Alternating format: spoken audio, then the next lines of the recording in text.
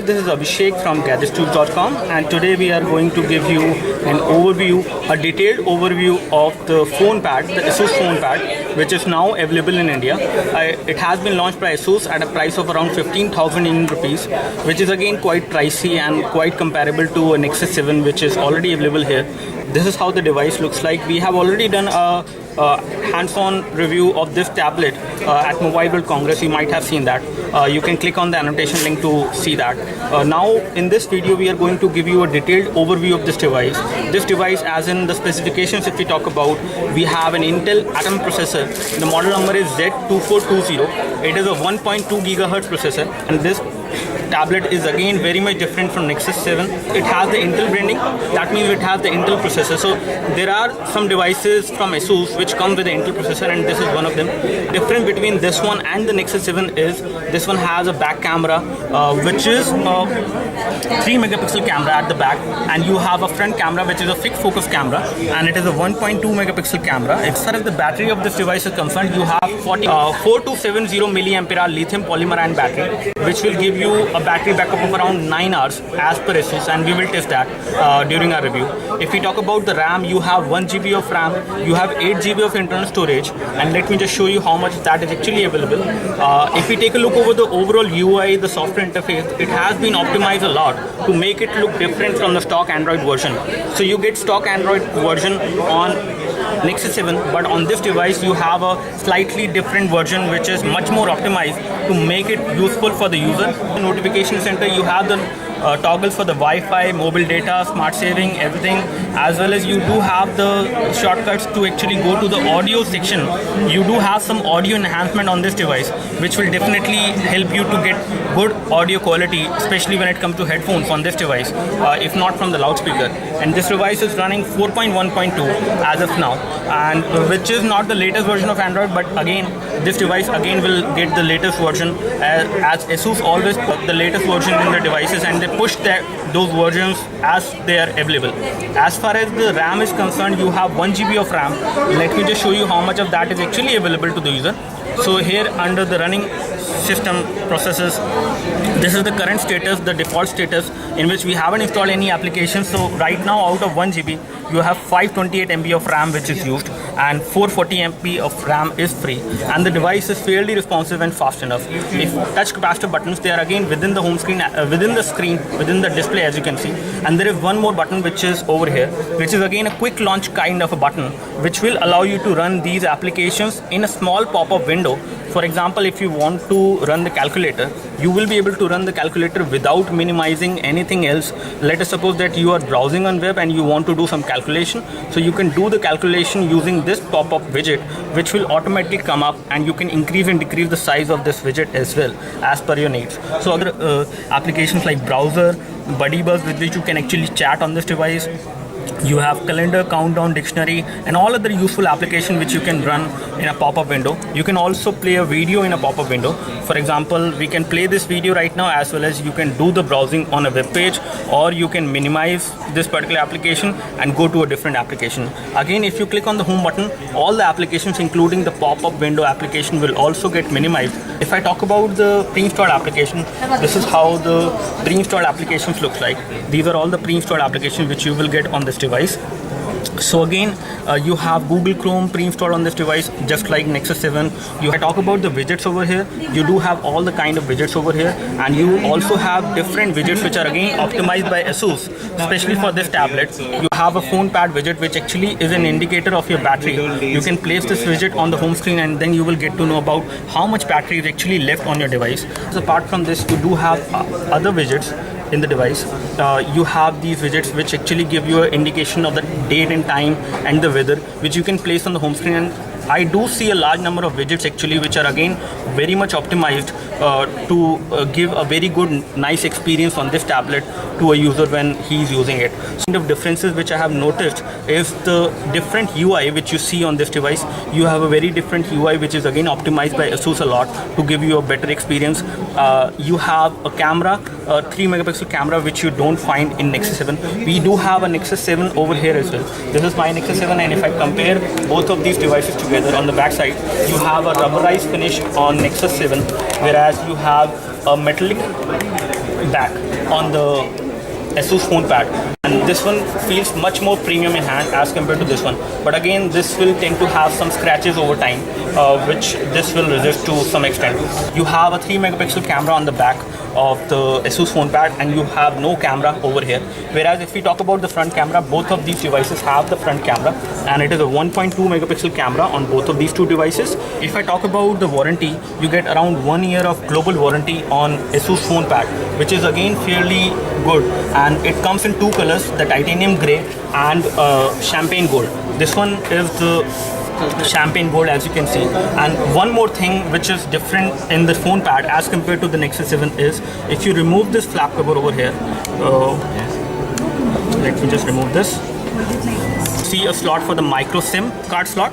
That means you can use 3G on this device, as well as you have a micro SD card slot with which you can actually expand the storage of the device up to 32 GB, and that is again fairly good because you do not get a micro SD expansion slot in Nexus 7. Again, the battery on both of these tablets is non-removable, so the battery cannot come out in any of these tablets, but you get a micro SD expansion slot over this device, whereas you don't get any expansion slot on Nexus 7.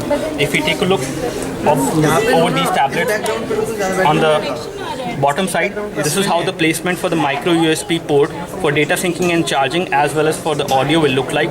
If I just give you a overview of the ports and the hardware on this device, you have micro USB port over here, the headphone jack over here, the 3.5mm headphone jack, you have the volume rocker over here, and the power and click key, which is again almost similar to the Nexus 7, but if I compare it with the side, they are again on different sides. On the Nexus 7 you have them on the left side, whereas on ASUS PhonePad you have them on the right side.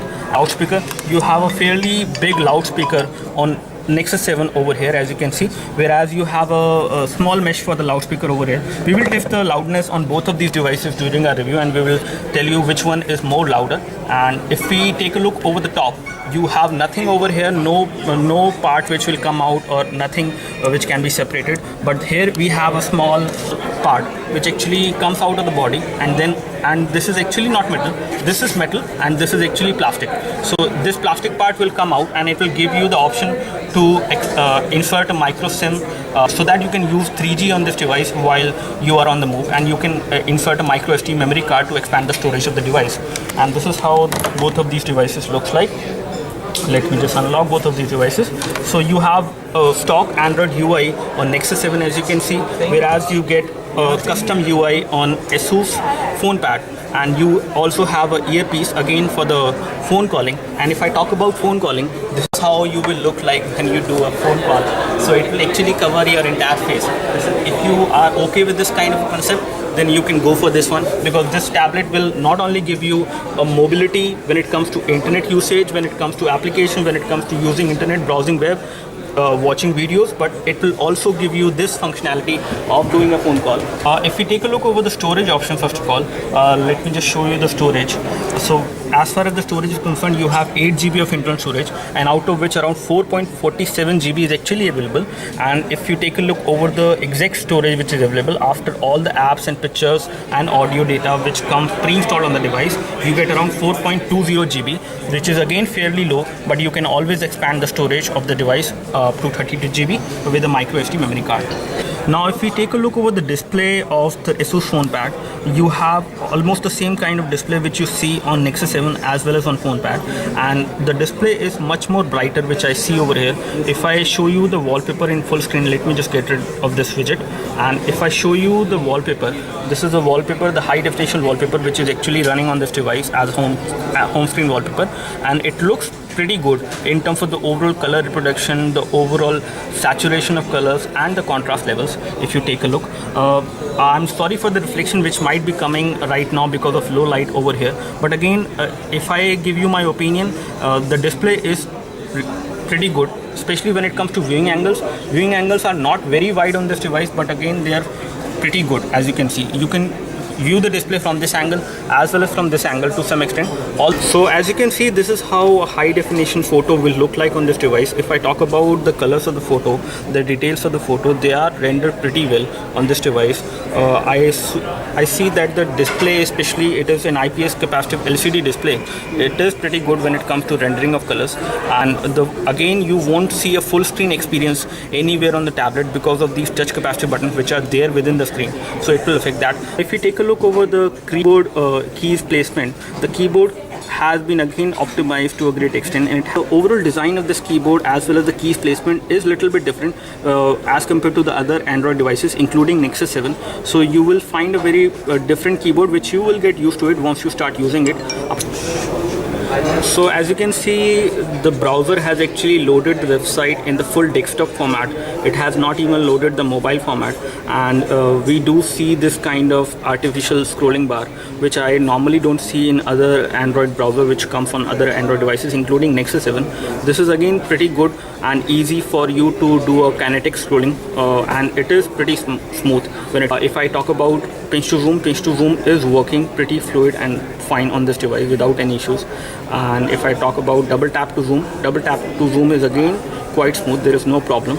And let me just check whether this device is capable of playing a YouTube video within the browser. The browser is pretty good when it comes to browsing, and if I rotate the display, it does take like 1 second and it quickly rotates the orientation of the web page to the landscape mode, and this is again fairly responsive. Let me just see whether this device is capable of playing a YouTube video within the web page, and we have the YouTube video and let's try to play it.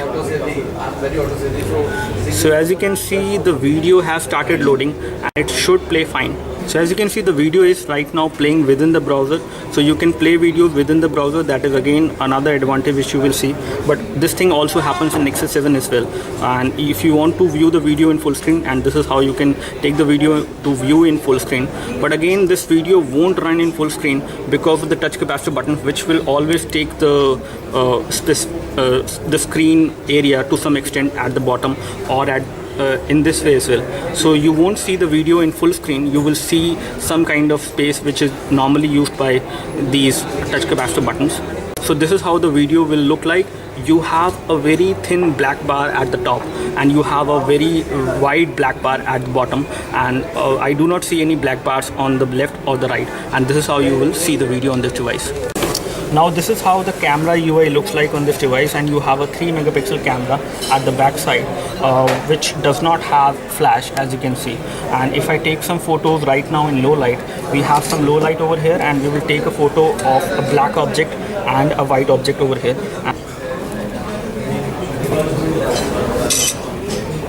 And let's take another photo of this object now. So let me just take a photo of this one, and you do have tap to focus on this device. So this is how the photo will look like when you take the photo in low light using the back camera. The photo is again pretty good, as you can see, but I do see certain amount of softness in the photo. There is too much noise in the photo which you can easily notice over here if you can see it when I zoom the photo. But in all, the photo, if I take a look at it in the normal resolution, it looks pretty good. As far as this object is concerned, this object is again pretty okay, but I do see a lot of noise again because of the 3 megapixel camera. You cannot expect much from the 3 megapixel camera, but the photo is pretty good when it comes to low light, as you can see. And this is how the object looks in real, and this is how it looks in the photo. PhonePad is pretty impressive device when it comes to the overall specifications as well as when it comes to the overall features you get. It is a device, it is a tablet which is actually targeted for the Indian customer needs. You can actually get the phone call feature. You have the camera in this tablet, which is again a pretty decent camera. And that's all from us. Thanks for watching this video. You can like this video if this video helped you by clicking the like button below. You can subscribe to our YouTube video channel for more videos like this by clicking the subscribe button below. Thanks for watching this video. This is Abhishek signing off. Thank you.